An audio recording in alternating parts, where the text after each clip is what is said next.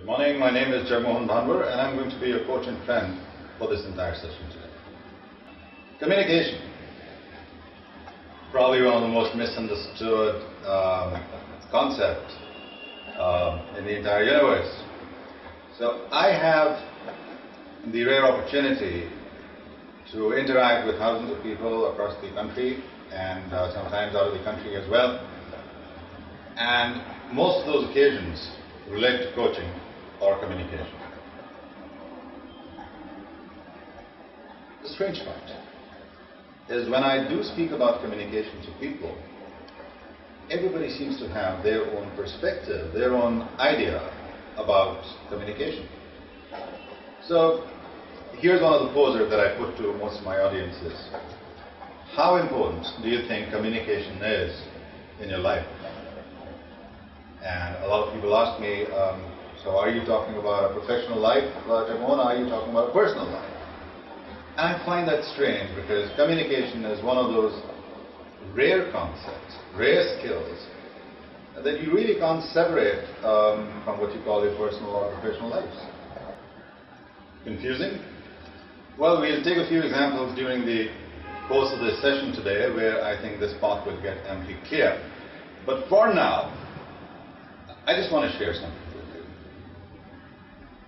There's a question that I ask almost everybody who is part of any of my sessions, and that question is, do you want to be successful? Do you want to achieve the maximum that your potential offers you? And the answer, irrespective of which country I'm talking in or which kind of audience I'm talking to, is always the same. The answer is yes. So yes, we want to be successful. Yes, we want to achieve the maximum that our potential offers us. Now here's the sad part. The sad part is that I know when I'm asking that question and when these people are answering, that a very small portion of the audience is ever going to achieve that potential. And it's not got anything to do with their competence. It's not got anything to do with their abilities. It's got to do with this one very tiny thing that a lot of us, including me at times, ignore, and that is communication. So I see two kinds of people. One, highly competent, highly skilled, very able individuals, having the best of knowledge in whatever domain or area they might be working in. And yet I see that they're not as successful as they should be. And sometimes they're downright unsuccessful in that sense. And if I were to look at one reason why that's happening, it's probably because they have not really used some skills that could have helped them. And that skill is communication. On the other hand, I see people who may not be as able, as proficient in their area, and yet are doing exceedingly well in life, personal life, professional life. And that's probably because they're using communication in a very, very effective manner. Now, I don't think there can be anything sadder than this.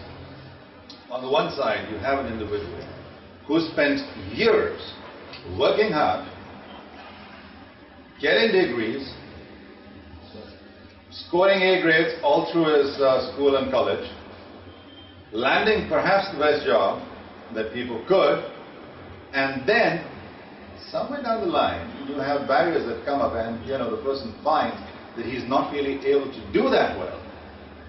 And a lot of times the person doesn't even know why he's not being able to do that well, and that's probably where you need someone to come and say, well, you know what? All you need to do is perhaps improve your communication. And that would help. That would make the entire difference. Now, please don't misunderstand me.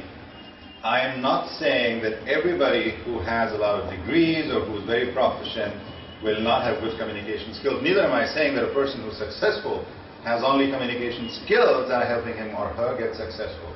All I'm saying is that there are a lot of people out there who could be far more successful than they are today, and the only thing that's probably holding them back is communication, or the way that they communicate with people.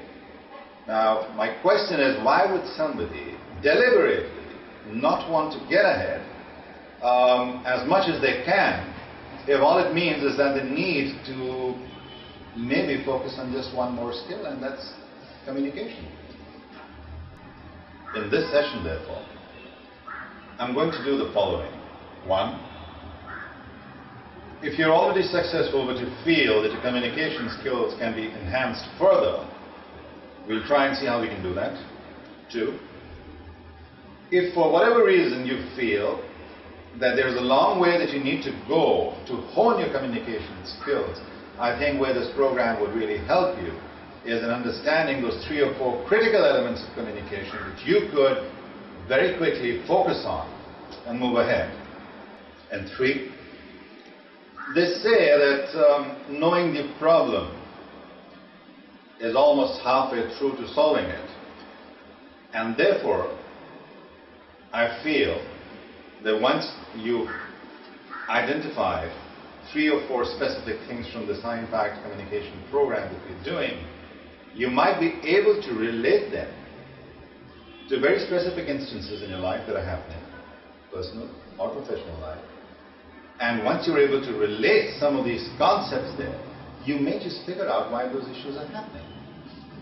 And once you know why they're happening, you can address them. As a result of the high-impact communication program, what I really want to do with you is to make you be able to harness that immense amount of abilities that you have, the immense amount of potential that resides within you, and to be able to use these communication skills to be able to maximize the impact of the one person that is you.